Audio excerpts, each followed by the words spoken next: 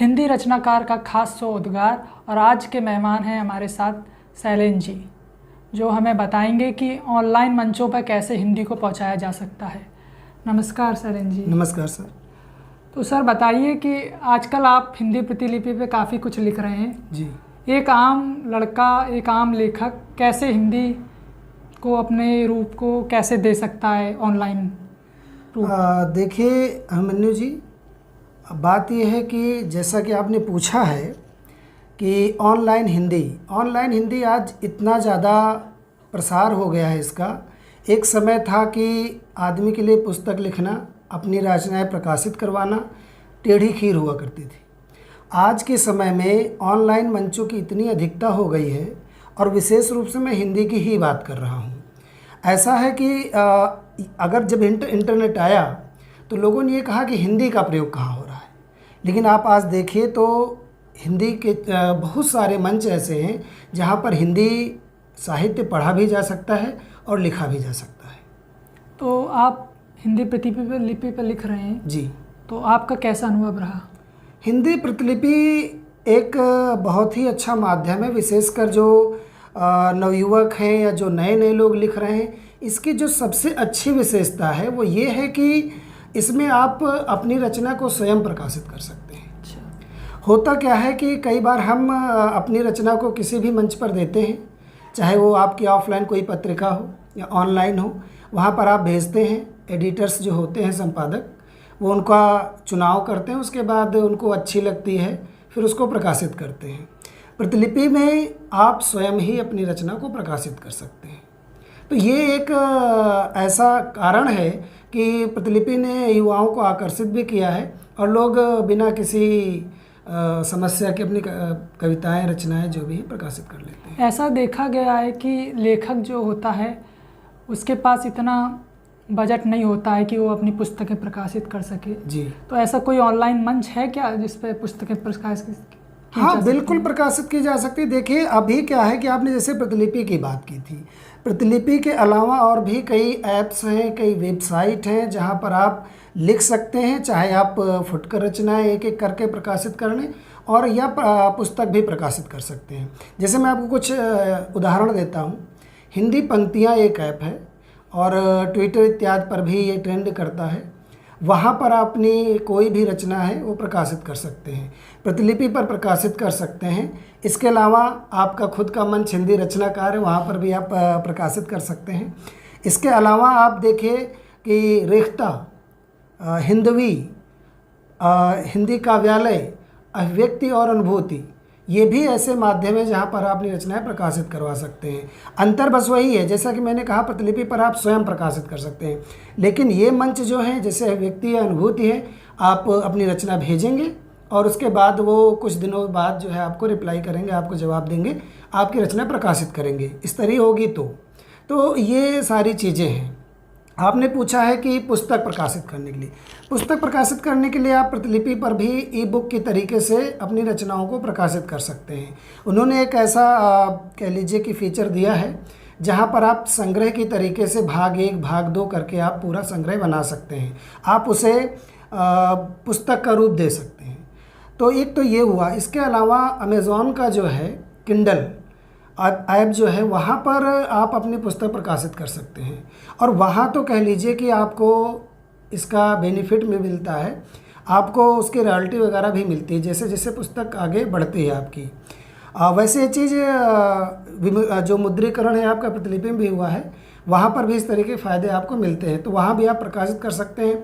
रेख्ता और हिंदवी पर भी ये आपको सुविधा मिलती है कि आप वहाँ भी अपनी पुस्तक को प्रकाशित कर सकते हैं। तो आम आदमी भी प्रकाशित कर सकता है? जी हाँ, बिल्कुल आम आदमी प्रकाशित कर सकता है, और इसके लिए कहीं से कोई विशेष प्रक्रिया की आवश्यकता भी नहीं होती है। जैसा कि मैंने कहा कि कुछ साइट हैं, कुछ ऐप हैं जहाँ पर कि आपको उसी मतलब आप भेजना होता है, उसके बाद उसका एक तरीके से संपादक मूल्यांकन करते हैं, उसके बाद छपती है, लेकिन कहीं पर आप स्वयं भी प्रकाशित कर सकते हैं। पुराने साहित्यकार देखा गया है कि वो अखबार में भी छपवाना चाहते थे और पत्रिकाओं में भी छपवाना चाहते हैं, तो इसका क्या? देखिए जैसा हमने कहा ना कि बहुत सारे माध्यम हैं। अभी हमने विशेष रूप से उन ऐप्स या उन वेबसाइट की बात की जो केवल ऑनलाइन माध्यम में चलते हैं, लेकिन मैं आपको बता दूं कि आज हिंदी भाषा के जितने भी राष्ट्रीय स्तर के समाचार पत्र हैं या जो पत्रिकाएं हैं वो सब आपको ऑनलाइन उपलब्ध हैं, और वहाँ पर आप ऑनलाइन भी अपनी रचनाएं भेज सकते हैं और वहाँ पर भी प्रकाशित होंगी। जैसे आप देख लीजिए, चाहे वो दैनिक जागरण हो, अमर उजाला हो, हिंदुस्तान हो या साप्ताहिक हिंदुस्तान भी है। इसके अलावा आप जो बहुत बड़ी बड़ी पत्रिकाएं हमारे साहित्य के संसार में, हंस हो गया, वसुधा हो गया, वागार्थ हो गया, या जो आपका नया ज्ञानोदय हो गया, इनकी भी वेबसाइट है और यहाँ पर भी आप पुस्तकों को पढ़ भी सकते हैं।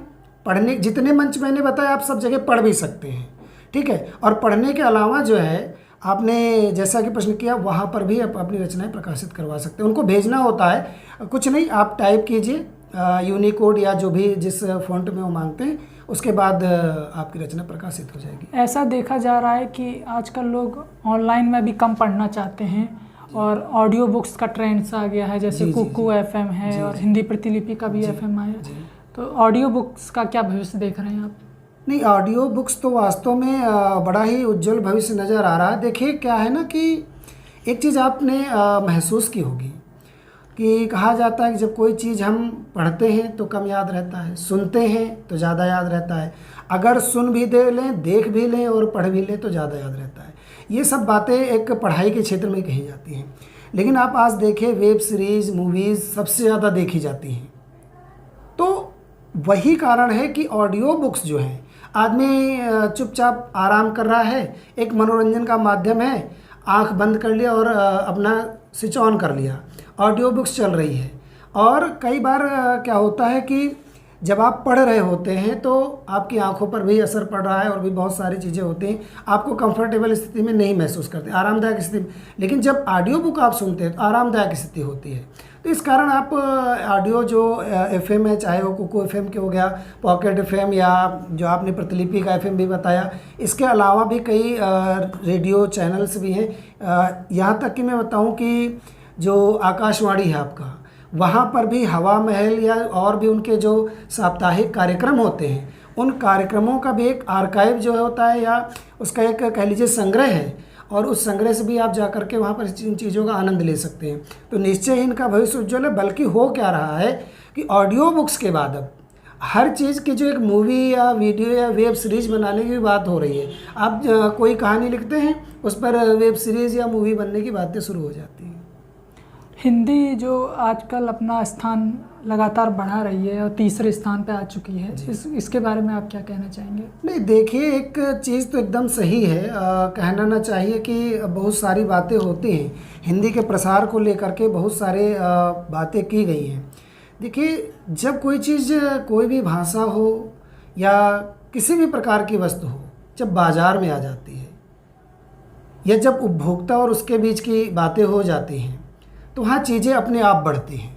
तो पहली चीज़ तो हिंदी जो है बाज़ार में भी आई है। हर क्षेत्र में आप देखोगे हिंदी ने कह लीजिए कि उपभोक्ता संस्कृति या इन चीज़ों को कहीं ना कदम ताल किया है। पहले साहित्य से जुड़ करके हिंदी रहती थी, रोजगार के क्षेत्रों में बातें की जाती थी कि हिंदी का क्या भविष्य है। लेकिन आज आप देखिए, चाहे डिजिटल क्षेत्र हो, ऑनलाइन क्षेत्र हो, ऑफलाइन क्षेत्र हो, पत्र पत्रिकाएँ हो, इतना ज़्यादा इसका प्रसार हो गया है। और जैसा आपने कहा कि तीसरे स्थान पर पहुंच गई है।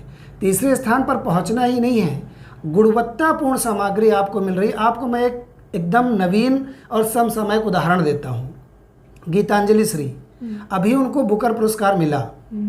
आप क्या समझते हैं कि किस तरीके से कह लीजिए कि एक हिंदी को कभी बुकर, नोबल या इस तरीके के अंतर्राष्ट्रीय पुरस्कार मिलने की कभी बात नहीं सुनी।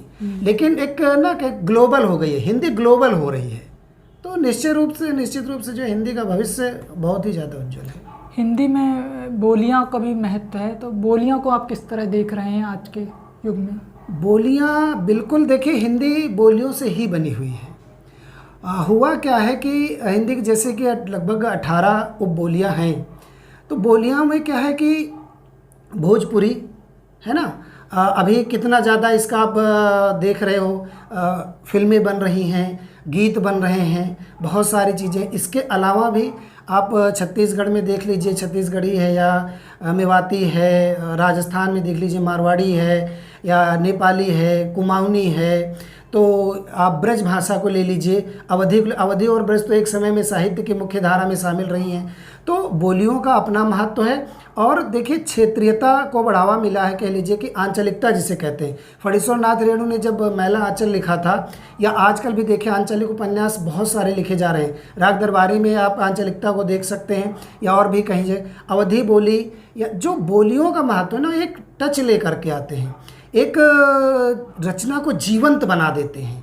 एक आप कह लीजिए कि चाहे वो वक्तव्य हो, कोई भी चीज़ हो, जब एक बोली में होता है ना, एक अलग प्राण प्रतिष्ठा उसमें हो जाती है। तो निश्चित तौर पर बोलियों के माध्यम से तो हिंदी को बढ़ावा मिल ही रहा है। ऐसा देखा गया कि संयुक्त राष्ट्र संघ में 7000 भाषाएं मान्यता हैं, जिनमें 1500 भाषाएं लुप्त हो चुकी हैं, जो अलग अलग देशों में, जैसे ऑस्ट्रेलिया में भी कई लुप्त के कगार पे हैं, और भारत में भी 650 भाषाएं लुप्ति के कगार पे हैं, जो आदिवासी क्षेत्रों से आती हैं। तो एक भाषा लुप्त क्यों हो जाती है?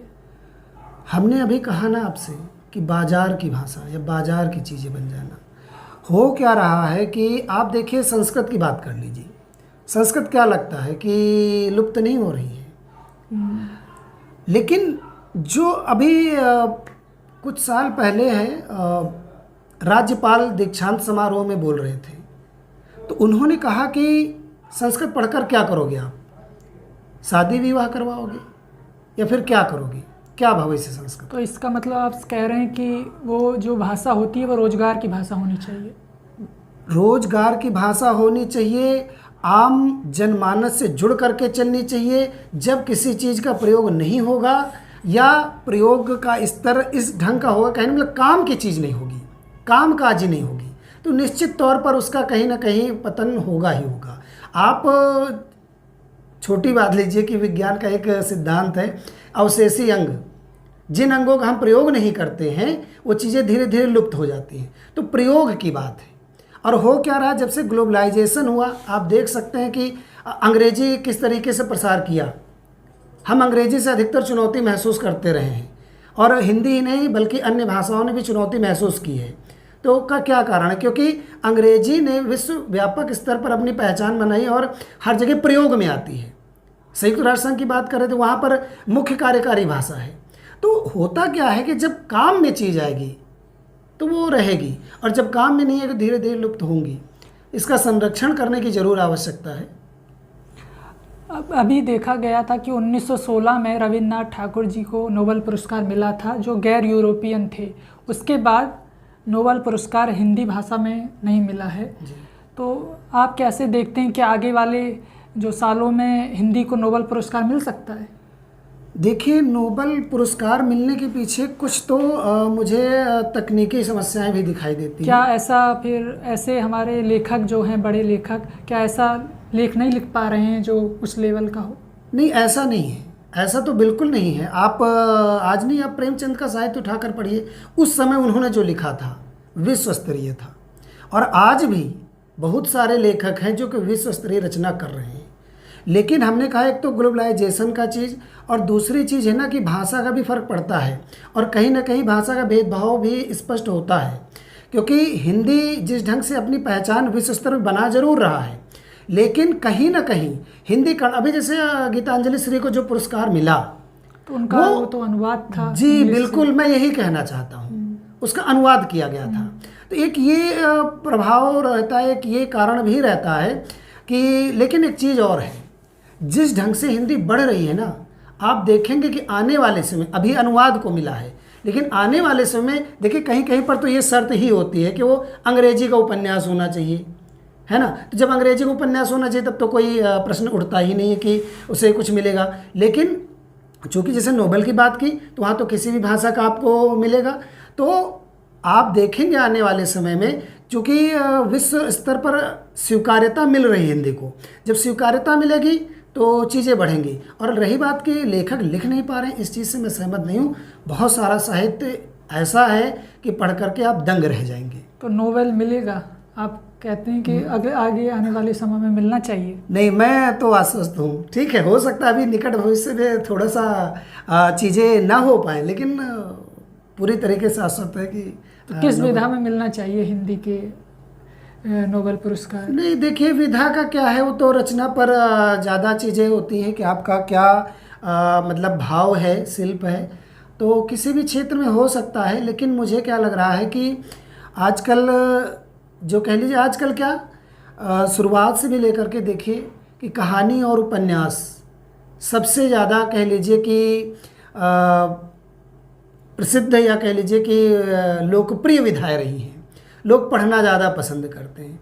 तो मेरा मानना है कि उपन्यास या कहानी में आना चाहिए। बाकी तो कविता में भी लोगों को मिला है और भी चीज़ों में, आलोचना में भी तो मिल सकता है, लेकिन मेरा विश्वास मतलब मुझे जो लगता है कि उपन्यास में मिलना चाहिए। डिजिटल क्रांति के बीच में आप हिंदी को किस तरह देख रहे हैं आगे आने वाले सालों में? अभी तक हमारी जो भी बातचीत हुई है उससे तो आपने अनुमान लगा लिया होगा कि हिंदी का क्या स्थिति है।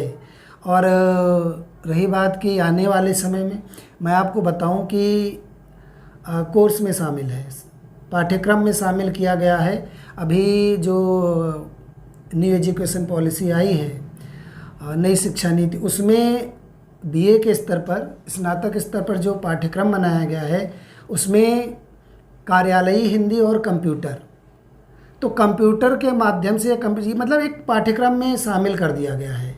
आपको जो भी प्लेटफार्म्स हैं, चाहे फेसबुक पेज बनाना है, ट्विटर है, यूट्यूब है या इंस्टाग्राम, जितने भी आपके प्लेटफार्म्स हैं जहाँ पर सोशल मीडिया के हों या जो साहित्य से संबंधित हैं, सभी जगह पे जो रोज़गार और साहित्य दोनों ही तरीके से जो कह लीजिए कि आजकल लोकप्रियता में है, ट्रेंड्स में है, सभी जगह जो है पाठ्यक्रम में शामिल कर दिया गया। तो आप समझ सकते हैं कि इसकी क्या उपयोगिता है और इसका भविष्य कहाँ है। जब उसे एक सिखाया जा रहा है, ठीक है, जब छात्र सीख रहे हैं, तो आप समझ सकते हैं कि चीज़ें कहाँ जा सकती हैं। आज रोजगार के क्षेत्र में चाहे वो विज्ञापन का क्षेत्र हो, चाहे लेखन का क्षेत्र हो, है ना, कोई भी क्षेत्र हो, तो सीधी बात है कि आगे जा रही चीज़ें तो साहित्य में भी आगे जाएंगी। आपका लेखकों और जो युवा लेखक हैं उनके लिए क्या संदेश होगा हमारे माध्यम से? देखिए, संदेश की जहाँ तक बात है, मैं सिर्फ एक बात कहूँगा। आपने लेखकों की बात की, युवा लेखकों की बात की है। एक चीज़ ये होती है कि प्रतिभा जो है जन्मजात होती है, एक तो ये होता है, और उसके बाद फिर अभ्यास के माध्यम से भी चीज़ों को बढ़ाया जाता है। लेकिन नए और युवा लेखक जो हैं, एक चीज़ आपने सुनी होगी कि जैसे अंग्रेजी बोलना है तो कहते हैं हेजिटेशन होता है ना, हमें संकोच होता है, हम बोल नहीं पाते हैं। हम लिख भी लेते हैं, हमारे अंदर प्रतिभा होती है, लेकिन हम लिखना नहीं चाह रहे हैं या हम लिखने में संकोच कर रहे हैं, या हमारे लिए प्रेरणा शक्ति नहीं होती है। कहाँ से लिखें? मैं उनसे बस यही कहूँगा कि आप लिखिए, कुछ भी लिखिए। आपके जीवन में जो कुछ घट रहा, कई बार लगता है कि स्तरीय नहीं है, क्या है क्या नहीं है, इस सब की चिंता छोड़ दीजिए। आप बस लिखिए। आपके जीवन में जो घटित हो रहा है वो लिखिए, दूसरों के जीवन में जो घटित हो रहा है वो लिखिए। कोई भी कल्पना, कोई भी फिक्शन, कुछ भी आप लिखिए। और जैसा कि मैंने अभी कहा कि कई जगह आप स्वयं प्रकाशित कर सकते हैं, प्रकाशित कीजिए। वहाँ पर आपको पता चलेगा कि आप किस स्तर का लिख रहे हैं, आपको कितना लोग पसंद कर रहे हैं, फिर आप आगे बढ़ सकते हैं। और दूसरी चीज़ ये है कि जिसको लिखना होता है उसे कहीं ना कहीं अपनी क्षमताओं का ज्ञान होता भी है। और अगर इसके अतिरिक्त आप सलाह ले सकते हैं, आप आपके आसपास जो भी शिक्षक हैं, जो भी लेखक हैं, साहित्यकार, उनसे मिलिए और उनसे आप सलाह ले सकते हैं। मैं एक बात और कहूँगा कि आप हिंदी रचनाकार के माध्यम से, हमारे माध्यम से, कहीं से भी आप हमारा नंबर ले लीजिए, आप सलाह लीजिए, पूछिए कि क्या है। आपने समय दिया हमारे लिए, ये आपका बहुत बहुत धन्यवाद। आपको भी बहुत बहुत धन्यवाद, आपने समय दिया, धन्यवाद।